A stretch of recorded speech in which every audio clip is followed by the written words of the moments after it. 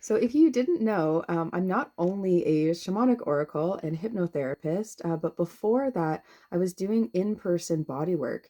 And that's actually where a lot of my psychic and oracle time came in, is that people enjoyed talking to me. They would get a lot of value out of things I would just randomly say that were coming to mind as I was working with them. It's almost like their body would tell me different things that they needed to hear.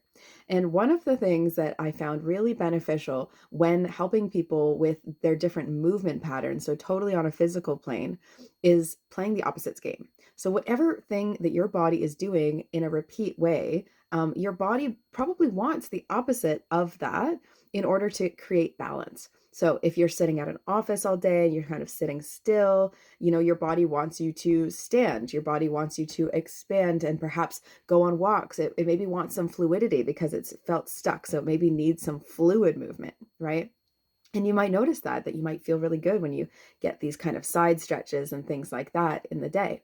If you are a professional hockey player, then your body probably wants you to do some slower hip openings, because a lot of what they're doing is like clenching in the hips, and really using that with a lot of force and a lot of power. If you are golfing, and there's a lot of these kind of twists in golfing, right? You might also need some front expansion, I would say lengthening as well. That's commonly what I'll see with people who play different sports, is that they'll create sort of a pattern, of course, of how their body is moving.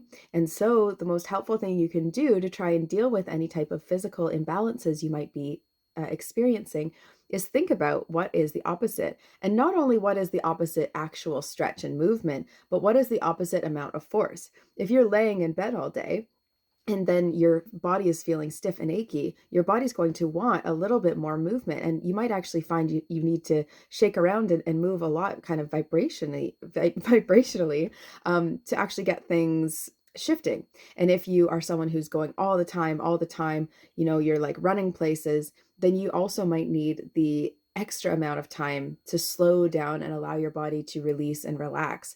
It's all about going to what's unfamiliar and trying to play with those edges, these limits that our body places on us, or sometimes our mind places on us.